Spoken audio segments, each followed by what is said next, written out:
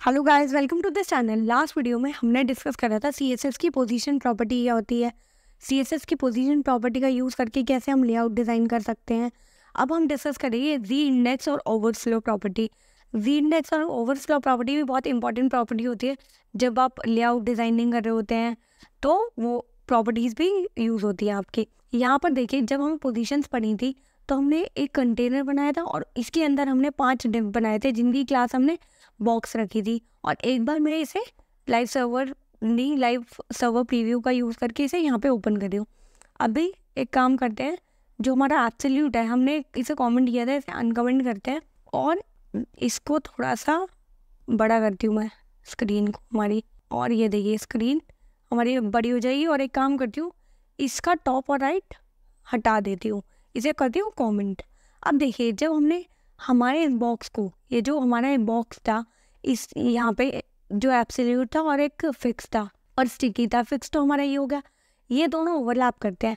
तो जब हमारी बॉक्सेस जो होते हैं, जो हमारे एलिमेंट्स होते हैं, जब ओवरलैप करते हैं, एक ओवरलैप का मतलब एक एलिमेंट के ऊपर दूसरा एलिमेंट पोजीशन हो जाता है, तब हम वहाँ पर जी इंडेक्स प्रॉपर्टी का यूज़ होता है। जी इंडेक्स का मतलब क्या होता है, जब भी आपके पास दो एलिमेंट है और एक एलिमेंट दूसरे एलिमेंट के ऊपर ओवरलैप कर रहा है, मतलब एलिमेंट्स की स्टैकिंग हो रही है, तब वहाँ जी इंडेक्स यूज़ होता है। तब हम उस एलिमेंट को जी इंडेक्स देकर एक एलिमेंट को दूसरे एलिमेंट के ऊपर ला सकते हैं। इसका मतलब क्या है, एक एलिमेंट आपको बैकवर्ड में चला जाएगा और दूसरा एलिमेंट फ्रंट में आ जाएगा। देखिए यहाँ पर मैं, अगर एब्सोल्यूट है, इसको बैकग्राउंड कलर देती हूँ मैं, यहाँ लिखती हूँ बैकग्राउंड कलर और इसका कलर करेंगे हम ब्लू। और एक काम करते हैं, जो हमारा स्टिकी है इसका बैकग्राउंड कलर भी दूंगी। इससे आपको पता चल जाएगा कि हमारा कौन सा एलिमेंट ऊपर आ रहा है और कौन सा एलिमेंट पीछे आ रहा है। और इसको कलर मैं दे देती हूँ ऑरेंज। अब यहाँ देखिए, यहाँ पे ये दोनों कलर हमने दे दिए। ये स्टिकी हमारा ऊपर आ रहा है और जो हमारा एब्सोल्यूट था ये बैकवर्ड में है, ठीक है। तो अगर मैं चाहती हूँ कि ये जो हमारा एब्सोल्यूट बॉक्स था, मैं चाहती हूँ ये ऊपर आ जाए, ये फ्रंट में आ जाए और ये बैक में चला जाए, जो हमारा स्टिकी है, तो इसको हम जी इंडेक्स दे सकते हैं। मैं यहाँ लिखूँ जी इंडेक्स, और जी इंडेक्स में आप वैल्यू दे सकते हैं। मैं इसकी वैल्यू 2 कर देती हूँ। और 2 करते ही देखिए क्या हो गया, 2 करते ही जो हमारा एब्सोल्यूट बॉक्स था वो तो फ्रंट पे आ गया और जो हमारा स्टिकी बॉक्स था वो चला गया बैक में। तो जब भी आप किसी एलिमेंट का ज़्यादा पे सेट कर देंगे तो वो एलिमेंट हमेशा ऊपर आ जाएगा और दूसरा एलिमेंट पीछे चला जाएगा। ये होता है आपका जी इंडेक्स का यूज़।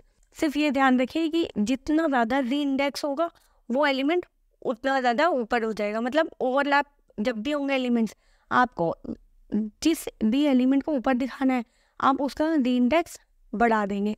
नॉर्मली इस इंडेक्स की वैल्यू होती है 0। अगर मैं इसकी वैल्यू 1 कर दूँ तब भी ये ऊपर आ जाएगा। क्यों? क्योंकि जो स्टिकी है हमारा एलिमेंट, इसकी जी इंडेक्स की वैल्यू 0 है। हर एलिमेंट की डिफ़ॉल्ट वैल्यू जी इंडेक्स की 0 होती है। अगर आप किसी और एलिमेंट की उससे ज़्यादा वैल्यू दे देंगे तो वो ऊपर आ जाएगा। अब अगर मैं इस स्टिकी को जी इंडेक्स ज़्यादा दे दूँ, उसको मैंने 1 दिया, इसको 2 दे दूँ, तो देखिए अब ये ऊपर आ गया। तो ये काम आता है आपका जी इंडेक्स का, जब आपके एलिमेंट्स ओवरलैप करते हैं, मतलब एक के ऊपर एक स्टैकिंग होती है एलिमेंट्स की, तब आप यूज़ करते हैं। जितना ज़्यादा जी इंडेक्स होगा उतना ज़्यादा आपका वो एलिमेंट ऊपर आएगा। और अगर मैं जी इंडेक्स को नेगेटिव वैल्यू भी दे सकती हूँ। सपोज कीजिए मैंने इसे 1 ना करके मैं इसे -10 कर दूँ और इसको कर देती हूँ मैं -20। अब आपको पता ही है माइनस में क्या होता है, नेगेटिव वैल्यूज़ में हमेशा -10 और -20 में -10 बड़ा होगा। तो जितना बड़ा जी इंडेक्स वो वैल्यू वो एलिमेंट ऊपर आ जाएगा। तो इसका मतलब -10 बड़ा है तो ये ऊपर आ गया। आप इसे नेगेटिव वैल्यूज़ भी दे सकते हैं जी इंडेक्स में। तो मैंने इसे देखिए 1 दे दी और इसे दे देंगे 99। आप कुछ भी दे सकते हैं, आपको पॉजिटिव और नेगेटिव वैल्यूज़ देनी है बस, और आपके एलिमेंट्स काम कर जाते हैं। तो ये होता है जी इंडेक्स। हम आपको जी इंडेक्स में ये ज़रूर ध्यान रखना है कि जी इंडेक्स प्रॉपर्टी, सब कहते हैं कि जी इंडेक्स प्रॉपर्टी काम नहीं कर रही है। जी इंडेक्स प्रॉपर्टी तभी काम करती है जब आपके एलिमेंट्स पोजीशन हो, मतलब पोजीशन एलिमेंट्स के लिए काम करती है। इसका मतलब अगर किसी एलिमेंट की पोजीशन या तो रिलेटिव है, एब्सोल्यूट है, स्टिकी है या फिक्स है, इन चारों में से कोई भी पोजीशन सेट होगी तो उस एलिमेंट पे आप यूज़ कर सकते हैं जी इंडेक्स। नहीं तो आप उसमें जी इंडेक्स नहीं यूज़ कर सकते। अगर मैं इसकी वैल्यू को, जो हमारा स्टिकी है, इसकी पोजीशन को हटा दूँ और एक काम करती हूँ टॉप को भी, इन दोनों को कमेंट कर देती हूँ। कमेंट करती ही देखिए जी इंडेक्स की वैल्यू अप्लाई नहीं हो रही।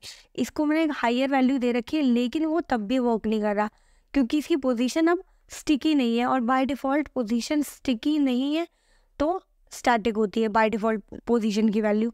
और स्टैटिक पोजीशन पे आपकी जी इंडेक्स काम नहीं करती। आपको पोजीशन या तो रिलेटिव, एब्सोल्यूट, फिक्स और स्टिकी, इन चारों में से सेट करनी पड़ेगी, तभी आपका जी इंडेक्स काम करेगा। ये बहुत ही इंपॉर्टेंट होता है, नहीं तो आपका जी इंडेक्स काम नहीं करता है। इसके बाद हम पढ़ते हैं ओवरफ्लो प्रॉपर्टी को, और ओवरफ्लो के लिए काम करती हूँ, मुझे इसकी ज़रूरत नहीं है, और जी इंडेक्स को हम करते हैं कमेंट, और एक काम करती हूँ मैं कलर भी कमेंट कर देती हूँ, मुझे इसकी ज़रूरत नहीं है अब। और अब हम डिस्कस करते हैं हमारी ओवरफ्लो प्रॉपर्टी को। ओवरफ्लो प्रॉपर्टी होती है, सपोज लीजिए आपका एक कंटेनर है जिसकी आपने हाइट और विड्थ सेट कर रखी है, और उसके अंदर आपने कोई टेक्स्ट रैप कर दिया अपना, या कोई इमेज ऐड कर दिया, कोई भी कंटेंट आप उस बॉक्स में आपने ऐड कर दिया।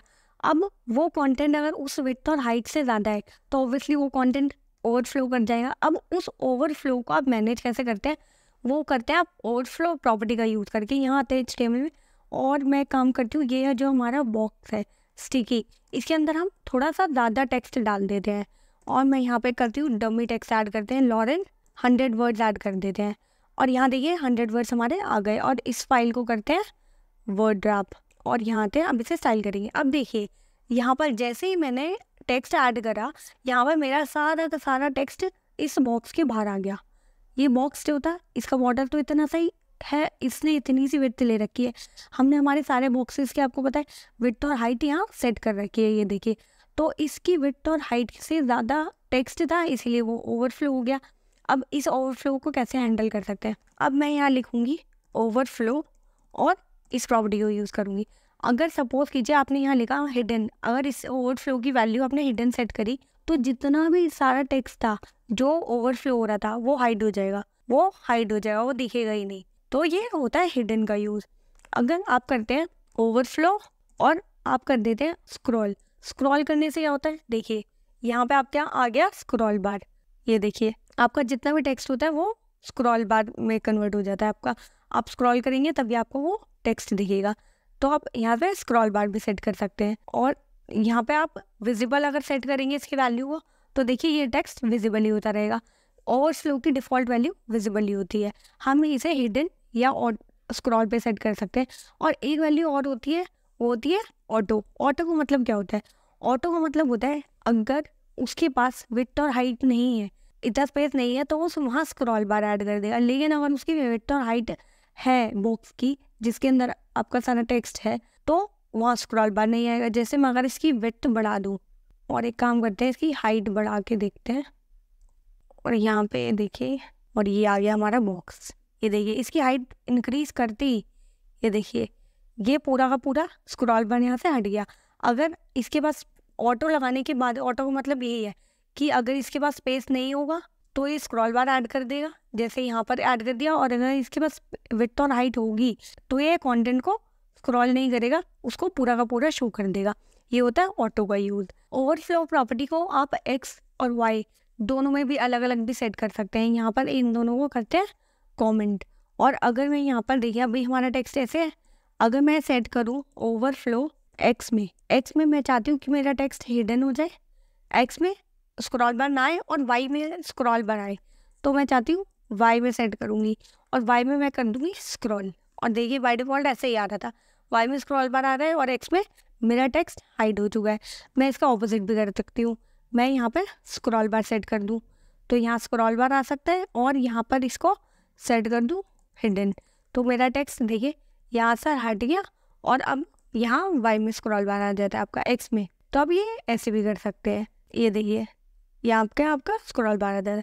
अब आप अगर इसकी शॉर्ट हैंड प्रॉपर्टी यूज़ करना चाहते हैं तो आप वो भी कर सकते हैं। मैं इसको ऐसे भी लिख सकती हूँ ओवरफ्लो, और पहले आपको लिखनी होती है एक्स की वैल्यू, मैं लिख देती हूँ ऑटो, और वाई की वैल्यू लिख देती हूँ हिडन, तो ये आपकी ऐसे काम कर देगी। ये देखिए ये आपकी एक्स और वाई की वैल्यू ऐसे सेट कर सकते हैं। तो आप ओवरफ्लो एक्स की प्रॉपर्टी में और वाई की प्रॉपर्टी में अलग अलग सेट कर सकते हैं, और अगर आप शॉर्टकट यूज़ करना चाहें तो शॉर्टकट भी यूज़ कर सकते हैं। ये यूज़ होता है आपकी ओवरफ्लो प्रॉपर्टी का। आपको ये सारी वैल्यूज़ और सारी प्रॉपर्टीज़ याद करने की ज़रूरत नहीं है। जैसे जैसे आप प्रैक्टिस करते जाएंगे, वेबसाइट्स बनाते जाएंगे, डिफरेंट लेआउट्स बनाते जाएंगे, आपको ये सारी प्रॉपर्टी ऑलरेडी याद हो जाएंगी। री इंडेक्स तभी यूज़ होता है जब आप अपनी एलिमेंट्स को पोजीशन कर देते हैं। स्टिकी, फिक्स, एब्सोल्यूट और रिलेटिव, ये 4 वैल्यूज़ होती हैं जिन पोजीशंस पे आपकी री इंडेक्स प्रॉपर्टी काम करती है, नहीं तो री इंडेक्स प्रॉपर्टी काम नहीं करेगी। और ओवरफ्लो प्रॉपर्टी आपको कब यूज़ करनी है, कब आपको हिडन करनी है, कब आपको ऑटो करनी है, कब आपको स्क्रॉल करनी है, ये आपके टेक्स्ट के अकॉर्डिंग होता है कि आपके पास कैसा टेक्स्ट है, आपके क्या कंटेंट है जिसके अकॉर्डिंग आप स्क्रॉल करना चाहते हैं। नॉर्मली ओवरफ्लो ऑटो यूज़ कर लेते हैं, जिससे ओवरफ्लो ऑटो करने से सीधा अगर उसे नीड होती है तो स्क्रॉल बार आ जाता है, और अगर नीड नहीं होती, स्पेस नहीं होता, तो स्क्रॉल बार नहीं आता। तो आप इन दोनों प्रॉपर्टीज़ का यूज़ करिए, देखिएगा। आई होप आपको ये वीडियो अच्छी लगी होगी। अगर आपको सब कुछ समझ आया तो let me know in the comments कि आपको सब कुछ अच्छे से समझ आया है। और अगर आपको ये वीडियो पसंद आई हो तो लाइक एंड शेयर कर देना, and also do subscribe to this channel. You can also follow me on Instagram. मिलते हैं नेक्स्ट वीडियो में, तब तक के लिए bye. Thank you for watching this video.